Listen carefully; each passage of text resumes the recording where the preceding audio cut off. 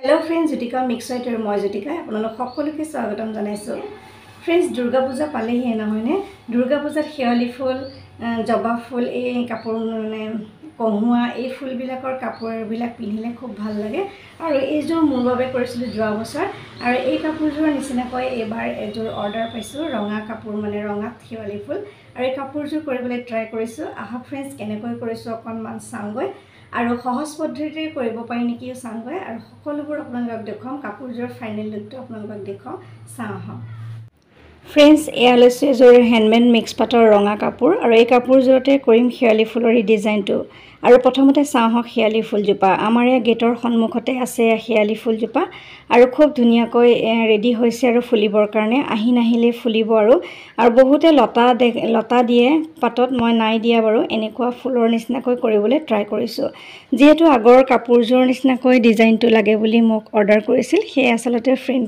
Friends মই কাপোৰযোৰ সেই ডিজাইনটোকে আগতে যেহেতু আঁকি লৈছিলো পাত আনি ফুল আনি এনেকৈ সেই ফুলটোৰ নিচিনাকৈ ডিজাইনটো এনেকৈ হোয়াইট কাৰ্বন পেপাৰেৰে আঁকি পেলে প্ৰথমে ব্ৰাশেৰে কৰিছিলো ব্ৰাশেৰে কেপামান কৰাৰ পিছত फ्रेंड्स এটা সহজ পদ্ধতি লৈছিলো মই দেখুৱাম আপোনালোকে ভিডিওটো স্ক্ৰিপ্ট নকৰাকৈ চাই থাকক আগৰ দুটা ভিডিওত আপোনালোকে দেখিছিল আলু সহায়ত কেনেকৈ মই शेवाली ফুলৰ ডিজাইন কৰিছিলো খুব কম সময়তে এক ঘণ্টাতে কেবাজোৰ शेवाली ফুলৰ কাপোৰ উলিওৱা আপোনালোকে দেখিছিল মোৰ 3-4টা মান ভিডিও দিয়া আছে ইউটিউব চেনেলত আপোনালোকে যদি নাই চোৱা চাব পাৰে আৰু এই কাপোৰযোৰ কৰতে शेवाली ফুলৰ নিচিনা কৰিব পাৰো নেকি অকনমান ট্ৰাই কৰিছিলো প্ৰথমতে ব্ৰাশ দি কৰিছো কৈছোৱে আগৰবাৰ মই আলু দি কৰিছিলো তাৰ আগৰবাৰ মই এনেকৈ আলু দি কেবাজোৰ কৰিছো কৈছোৱে আৰু ব্ৰাশ দিও এনেকৈ কৰি দেখুৱালো আৰু আজি যেটো পদ্ধতি লম হেয়া স্টেনসিল ব্যৱহাৰ কৰিম কাগজ কাটি আৰু কেনেকৈ কাটিছো সবিশেষ আপোনালোকক দেখুৱাম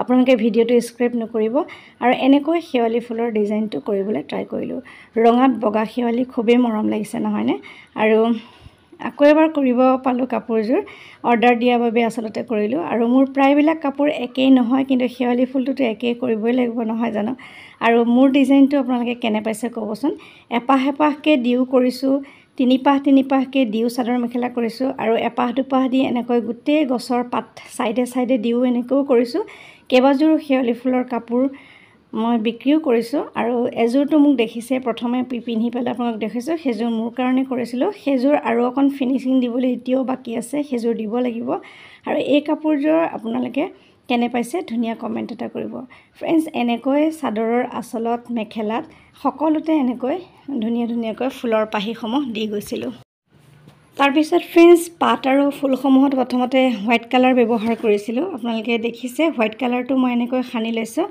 আৰু white colour deep green light green আৰু ইয়েলো এইকেইটা ৰঙেৰে গুটে কাপোৰযোৰ কৰিছিলো আৰু গেৰো ডিজাইন যেটো দেখিছে তাত দুপা হেনেকৈ ডাঙৰকৈ शेवाली দিছো আৰু গুটে পাতখিনি প্ৰথমতে হোয়াইট কালাৰ কৰি লৈছিলো যাতে ৰংখিনি উজ্জ্বল হয় মই আপোনালোকক আগতেও কৈছো বগা ৰং দি যেতিয়া কাপোৰ কৰো তেতিয়া হ্যান্ডমেড মিক্স পাটৰ কাপোৰত কৰিলে ৰংসমূহ খহি যায় মানে নাইকিয়া হৈ যায় অন্তত 3-4 বাৰ মান খানিলেহে ৰংটো উজ্জ্বলতা আহে शेवाली ফুলখিনি প্ৰথমখিনবাৰ কৰি পেলে যেতিয়া এৰি দিছিলো ৰাতিপুৱা চাইছো शेवाली ফুলৰ কালাৰ নাইকিয়া হৈ আছে গুটে কাপোৰজুৰে মানে খহি পেলাইছিল এনেকৈ কেবাবাৰো বুলোৱাৰ পিছতহে উজ্জ্বলতাটো আহিছে যি সকলে কৰিছে তেওঁলোকে জানে আৰু স্টেনসিলৰ সহায়ত কৰিলেও দুবাৰ স্টেনসিল ব্যৱহাৰ কৰিব লগা হয় আৰু আপোনালোকে চাওকচোন এনেকৈ গুটে পাতখিনি কৰিছো আৰু ট্ৰাই কৰিছো शेवाली ফুলৰ পাতৰ দৰে অকমান ডিজাইন দিবৰ কাৰণে এইখিনি গেৰো ডিজাইন কৰি লৈছিলো হোয়াইট কালাৰটো এনেকৈ কেবাবাৰো বুলোৱাৰ পিছতহে অৰিজিনেল কালাৰটো আহিছে আৰু এনেকৈ গুটে কাপোৰযোৰ মেখেলা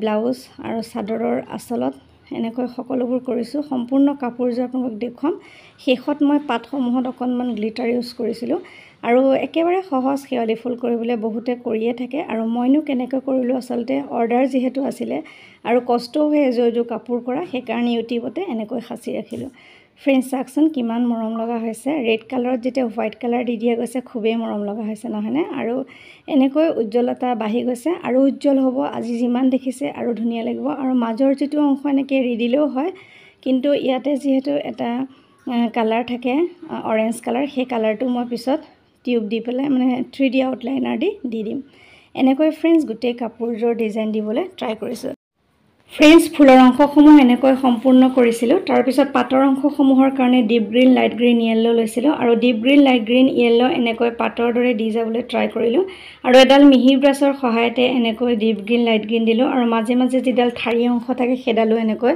দি দিলোঁ।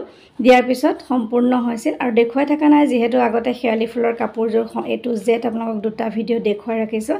এযোৰ অলপ অলপকৈ আপোনালোকক দেখুৱালোঁ কেনেকৈনো কৰিলোঁ আৰু সম্পূৰ্ণ কাপোৰযোৰ আপোনালোকে চাব। তাৰপিছত সহজ পদ্ধতিৰে কেনেকৈ কৰিছোঁ। ফ্ৰেন্স ফুল আৰু পাতৰ অংশ এইদৰে এনেকৈ কৰিলোঁ। কৰাৰ পিছত লাহে লাহে সম্পূৰ্ণ হৈছিল। এইখিনি গেৰো ডিজাইনখিনি কৰিছোঁ আৰু মাজে মাজে অকণমান ইয়াতে শ্বেডিং দি দিছোঁ আৰু পাতৰ অংশসমূহত deep green, light green, yellow' এনেকৈ ব্ৰাছেৰে ধুনীয়াকৈ মিলাই দিলোঁ। তাৰপিছত আমাৰ সম্পূৰ্ণ হৈছিল।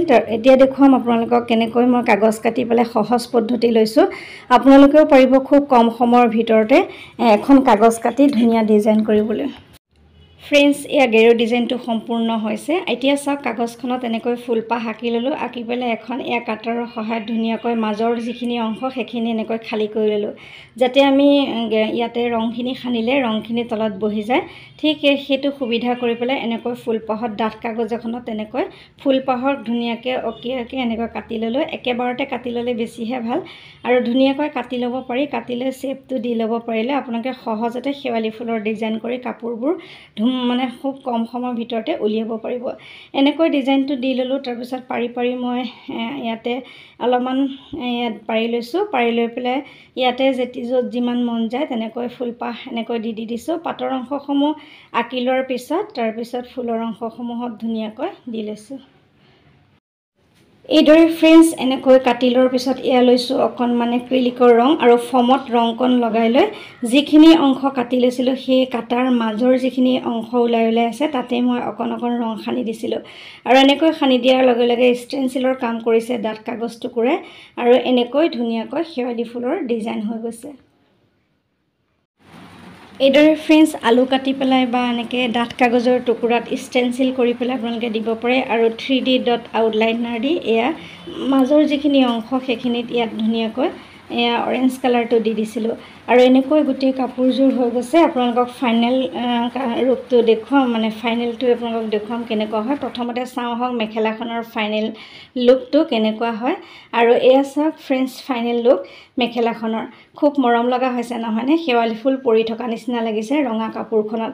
মানে ট্ৰাই কৰিছোঁ, কিমান পাৰিছোঁ নেজানো। আপোনালোকে ধুনীয়া কমেণ্ট কৰিব আৰু কমেণ্টে আমাক বহুত উৎসাহ দিয়ে, আগুৱাই নিবলৈ সহায় কৰিব আৰু এনেকৈ শেৱালি ফুলৰ ডিজাইনটো আপোনালোকৰ মাজলৈ পুনৰ এবাৰ মই এনেকৈ লৈ আহিছোঁ আৰু চাদৰখন আপোনালোকক দেখুৱাম। ব্লাউজত মাত্ৰ 3 পাহে দি দিছোঁ। যদি প্ৰয়োজন হয় অৰ্ডাৰ দিয়াগৰাকীয়ে যদি মোক কয় ব্লাউজত পাত দিব লাগে নিশ্চয় পাতো লগাই দিম পিছত। এতিয়া মাত্ৰ 3টা ফুল মানে লগাই দিছোঁ আৰু চাইডে চাইডে গেৰো ডিজাইনৰ চাইডে চাইডে মানে চাদৰৰ কিনাৰে কিনাৰে এপাহ এপাহকৈ দিছোঁ। মাজত এনেকৈ 3 পাহকৈ দিছোঁ আৰু গোটেই কাপোৰযোৰ এনেকৈ সম্পূৰ্ণ কৰিলোঁ। ফ্ৰেন্স এয়া চাওক। ফ্ৰেন্স এনেকৈ এই ৰঙা শেৱালি ফুলৰ কাপোৰযোৰ শেষ কৰিছোঁ। ফাইনেল লুকটো আপোনালোকক দেখুৱালোঁ। আপোনালোকে কেনে পাইছে ধুনীয়া কমেণ্ট এটা কৰি ক'বলৈ নাপাহৰিব।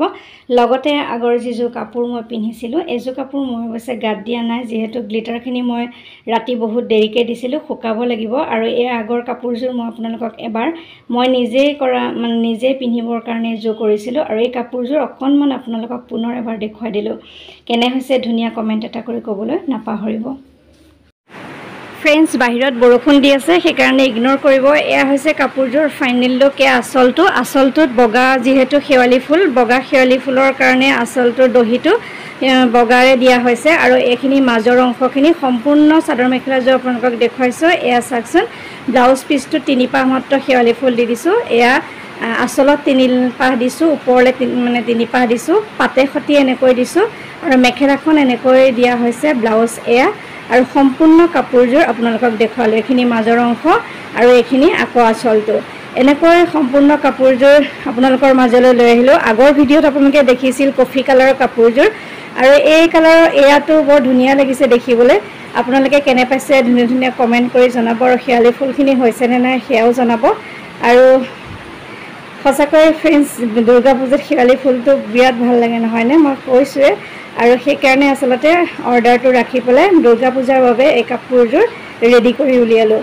অৱশ্যে কষ্ট হৈছিল কাৰণ এবাৰ কালাৰ দিলে নহয় যিহেতু কেইবাবাৰো কালাৰ লগাইছোঁ আৰু মই পিন্ধিও অকণমান দেখুৱাইছোঁ চাওক চাদৰখন গাত লৈ আপোনালোকক দেখুৱালোঁ আঁচলটো এনেকৈ থাকিব মাজৰ এইখিনি ডিজাইন এনেকৈ পৰি থাকিব ফ্ৰেণ্ডছ ইমান সময় মোৰ ভিডিঅ'টো চাই থকাৰ বাবে অশেষ ধন্যবাদ জনাইছোঁ আজিলৈ আহিছোঁ পুনৰ নতুন কাম লৈ আকৌ অহাৰ প্ৰতিশ্ৰুতিৰে মই জ্যোতিকা সকলোৰে পৰা বিদায় লৈছোঁ নমস্কাৰ সকলো সুস্থ থাকক ভালে থাকক তাৰে কামনা কৰিছোঁ